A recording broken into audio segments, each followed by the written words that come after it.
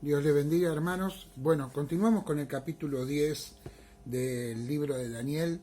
Estamos viendo un poco eso que sucedió al interpretar el capítulo sobre si eran dos personas o era una la que estaba junto a Daniel. ¿Por qué sucede esto? Bueno, muchas veces quizás por la traducción, ¿no?, de la Biblia. Miremos, dice que en el versículo 5 que Daniel alza sus ojos, mira, y he aquí un varón vestido de lino, ceñido sus lomos de oro de ufas. Su cuerpo era como de berilo, y su rostro parecía un relámpago, y sus ojos como antorchas de fuego, y sus brazos y sus pies como de color de bronce bruñido, y el sonido de sus palabras como el estruendo de una multitud. Bueno, si nosotros leemos esto y vamos a Apocalipsis, eh, el texto de Apocalipsis capítulo 1, versículo 13-17, vemos que son muy parecidas, cómo identifican a este personaje que aparece. En el capítulo 1 de Apocalipsis sabemos, y es certero, que es el Señor Jesús, el Alfa y el Omega. Él está ahí.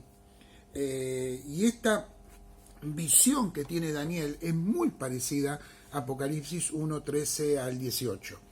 Ahora, ¿por qué vienen las interpretaciones diferentes?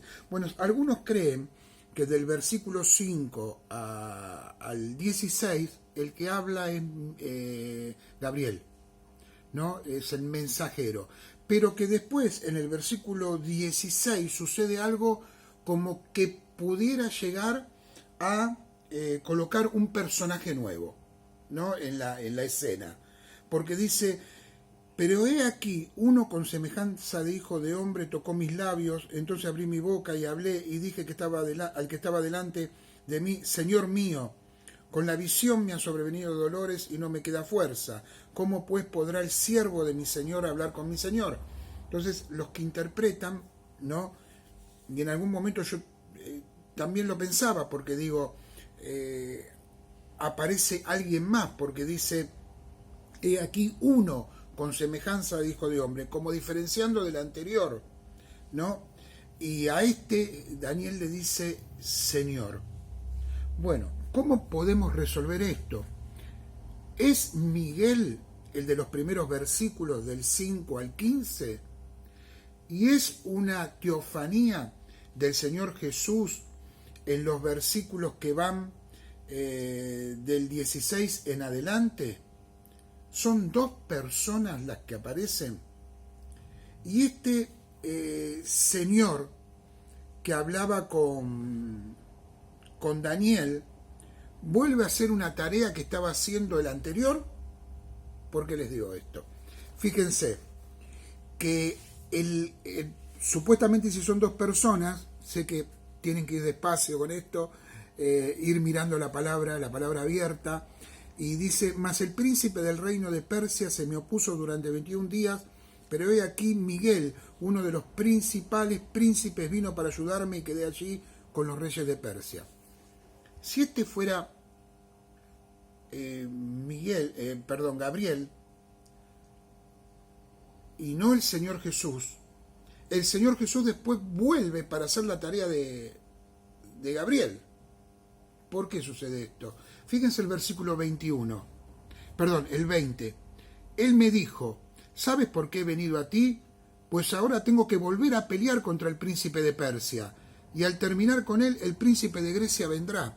O sea, el segundo que está hablando, según la interpretación de los dos, tiene que volver a hacer lo que estaba haciendo el primero. Un poco complicado. Entonces no tiene sentido. Es una sola persona. Es el Señor Jesús, una teofanía del Señor Jesús, como dicen algunos, una cristofanía del Señor Jesús, una representación de Él de manera humana. Ahora, ¿dónde podemos tener una prueba más fehaciente? Bueno, yo la encontré en este libro. Este libro es un comentario al texto hebreo del Antiguo Testamento. Entonces, se traduce el texto y sobre la traducción del texto se interpreta, se hace el comentario. Yo quiero leerles cómo está traducido en hebreo este texto. ¿De qué está hablando? Dice, aquel que tenía semejanza de hombre me tocó otra vez y me fortaleció. Aquel que tenía semejanza de hombre. ¿Cómo traduce la Reina Valera? Dice, he aquí uno con semejanza de hijo de hombre tocó mis labios. Si yo digo uno con semejanza de hijo de hombre, estoy diciendo que aparece un personaje diferente. Pero si yo digo aquel que tenía la semejanza de hombre, un varón vestido de lino, estamos hablando de la misma persona. Bueno, quedan ustedes, si son dos, si es uno, si es Miguel y el Señor, si es siempre el Señor, quedan ustedes. Igualmente es palabra de Dios, si el Señor lo hizo junto con con Gabriel, no hay problema. Lo importante es que Daniel recibió una visión de un enviado celestial, o dos enviados celestiales, como ustedes lo quieran interpretar. Yo me inclino por la traducción y por lo que hemos dicho, a que en todo el capítulo 10, el que da la visión es el Señor Jesús. ¿Y saben por qué? Porque en Apocalipsis también, el que da la visión es el Señor Jesús. Entonces, creo que eso sería una buena interpretación a esta parte del capítulo. Por otro lado, hermanos, la tardanza de la oración de Daniel. ¿Cómo nosotros interpretamos esta tardanza, el misterio de la tardanza de la oración, de la demora en la oración? Dice el capítulo 10 que Daniel estuvo durante 3 semanas orando y ayunando y buscando una respuesta a la oración. Pero durante esos 21 días no recibió respuesta alguna. Él había orado y dice que recién el día 24 del mes primero estaba allá a orilla del gran río Hiddekel y alcé mis ojos y miré y he aquí un varón vestido de lino. Entonces, Daniel estaba orando, oró durante 21 días y en el día 24 del mes primero él recibe la respuesta a la oración. Ahora, esto es una experiencia distinta al capítulo anterior, al capítulo 9, donde tiene la profecía de las 70 semanas, porque si ustedes leen el capítulo 9, versículo 20, dice que aún estaba hablando y orando y confesando mi pecado y el pecado de mi pueblo Israel, y derramaba mi ruego delante de Jehová mi Dios por el monte santo de mi Dios, y aún estaba hablando en oración cuando el varón Gabriel, a quien había visto en la visión al principio, volando con presteza, vino a mí como a la hora del sacrificio de la tarde. En este caso aparece Gabriel, ¿no? Fue rápido la respuesta en el capítulo 9 y no es rápida la respuesta en el capítulo 10. Cuando yo leía esto pensaba en mi propia vida y en la vida de ustedes también, en la vida de ustedes también.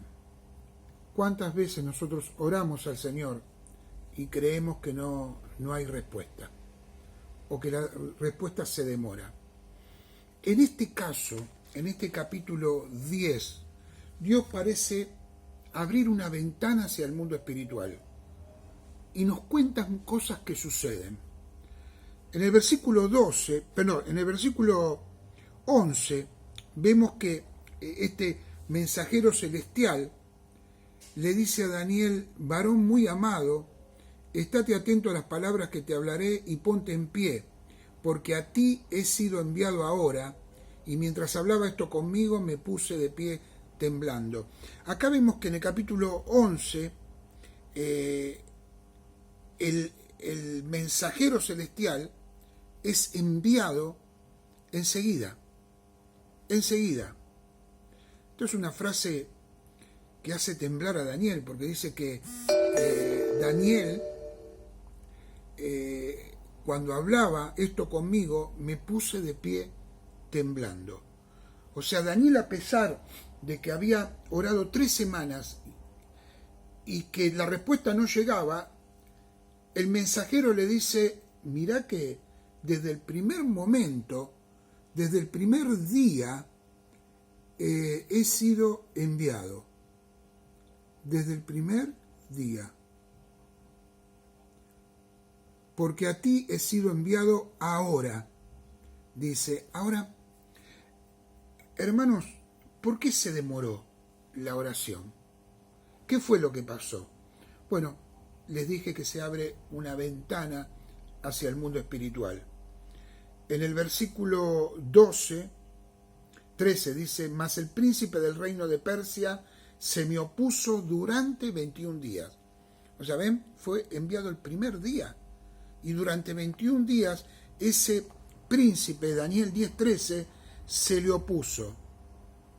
Y dice que solo cuando fue Miguel, uno de los principales príncipes, y llega para ayudarlo, puede llegar con el mensaje. Bueno, acá está el debate también, que dicen algunos.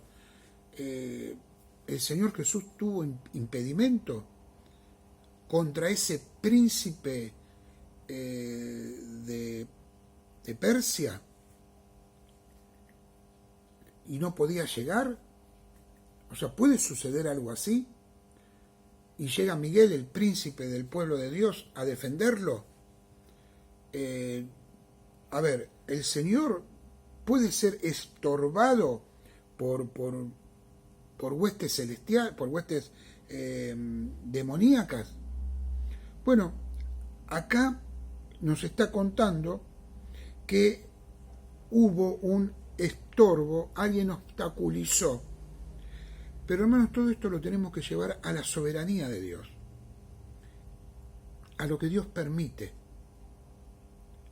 Estas 3 semanas en las que Daniel estuvo orando, Dios estuvo tratando con Daniel. Mientras hubo una batalla en los cielos. No sabemos por qué fue la batalla. Quizás no fue por la oración de Daniel. Fue por otro tema que ahora lo vamos a desarrollar. Entonces, ¿puede ser obstaculizado el Señor? Bueno, si su voluntad permisiva lo permite, sí. Si los actos de los hombres y los pecados de los hombres lo permiten, sí. Siempre y cuando la voluntad de Dios lo permita. Fíjense en Mateo capítulo 13, versículo 58. Mateo 13 tiene 2 versículos que hablan un poco de la incredulidad y cómo nosotros podemos retrasar la obra de Dios en nuestra vida. Fíjense, en Mateo 13, 58 dice, y no hizo allí muchos milagros a causa de la incredulidad de ellos. ¿Por qué el Señor no hizo milagros? Por la incredulidad de ellos. ¿Necesitaban milagros? Sí. No los hizo. ¿Por qué?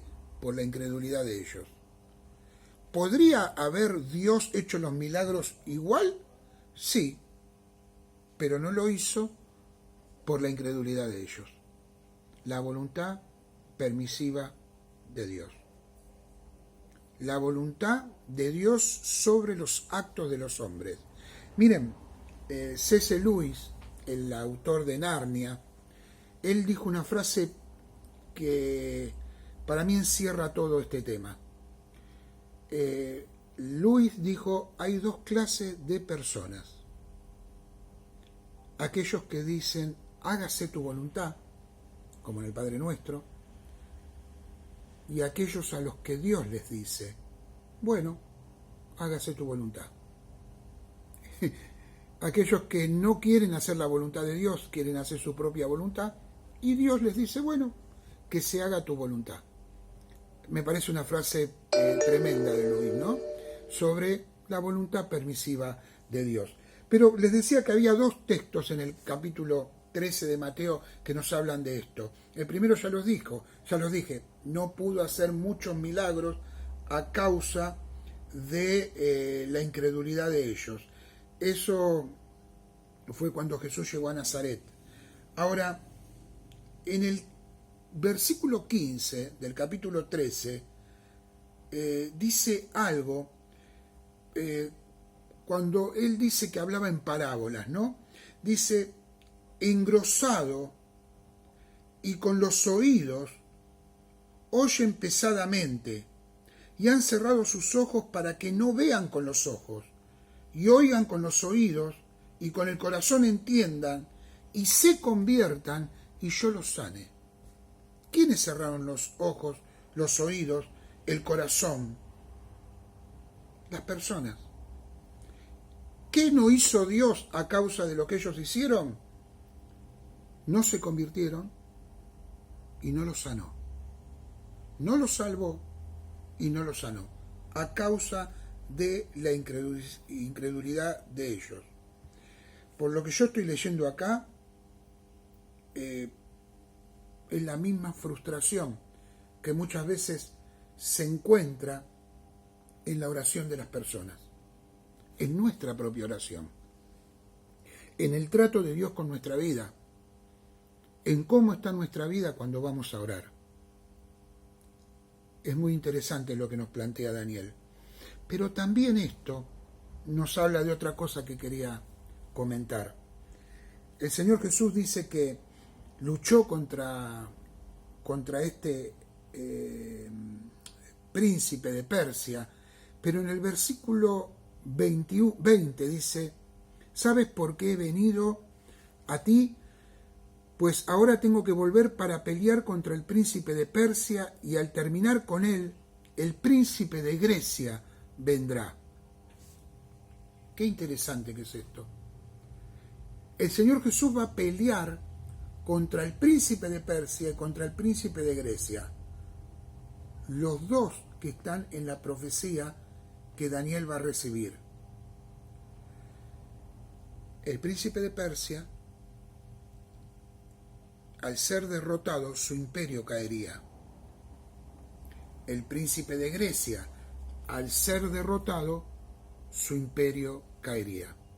El príncipe de Persia quería que el imperio medo-persia dure para siempre.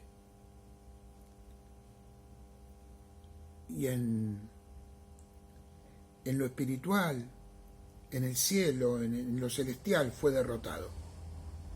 El príncipe de Grecia quería que Alejandro Magno dure para siempre.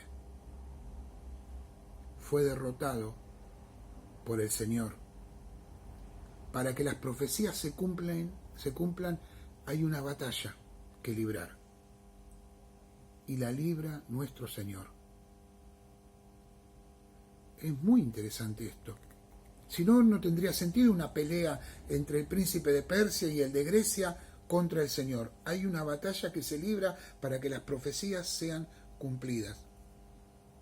La voluntad de Dios siempre se cumple. Si yo le tuviera que poner un título a este video hablando de estos versículos, sería la victoria de Dios. La victoria de Dios que produce que la historia, el Dios de la historia, cumpla sus profecías en nosotros. Para que nuestra salvación se cumpla, Cristo tenía que vencer en la cruz del Calvario. Para que las profecías de Daniel de las 70 semanas, las del Apocalipsis, que nos hablan de un milenio, de una eternidad, de la derrota del anticristo, Dios tiene que pelear. Hay una batalla, Armagedón. Dios tiene que vencer. Estos imperios cayeron porque Dios venció. Y el imperio de ese príncipe que ha de venir también caerá, porque Dios peleará y Dios vencerá. La victoria de Dios. Qué tremendo, ¿no? Y esto nos ayuda a nosotros y nos da fuerza, porque esa palabra que fue revelada a Daniel en el versículo 1 proclama una promesa y una victoria en los capítulos que van a seguir. Hermanos, a veces Dios demora, pero tiene un propósito. Nosotros aprendemos a confiar y a esperar en el Señor, así como lo hizo Daniel, el bien amado. Y según la palabra, nosotros también somos bien amados, porque de tal manera Dios nos amó. Dios les bendiga y nos vemos, si Dios quiere, en el capítulo 11 de Daniel.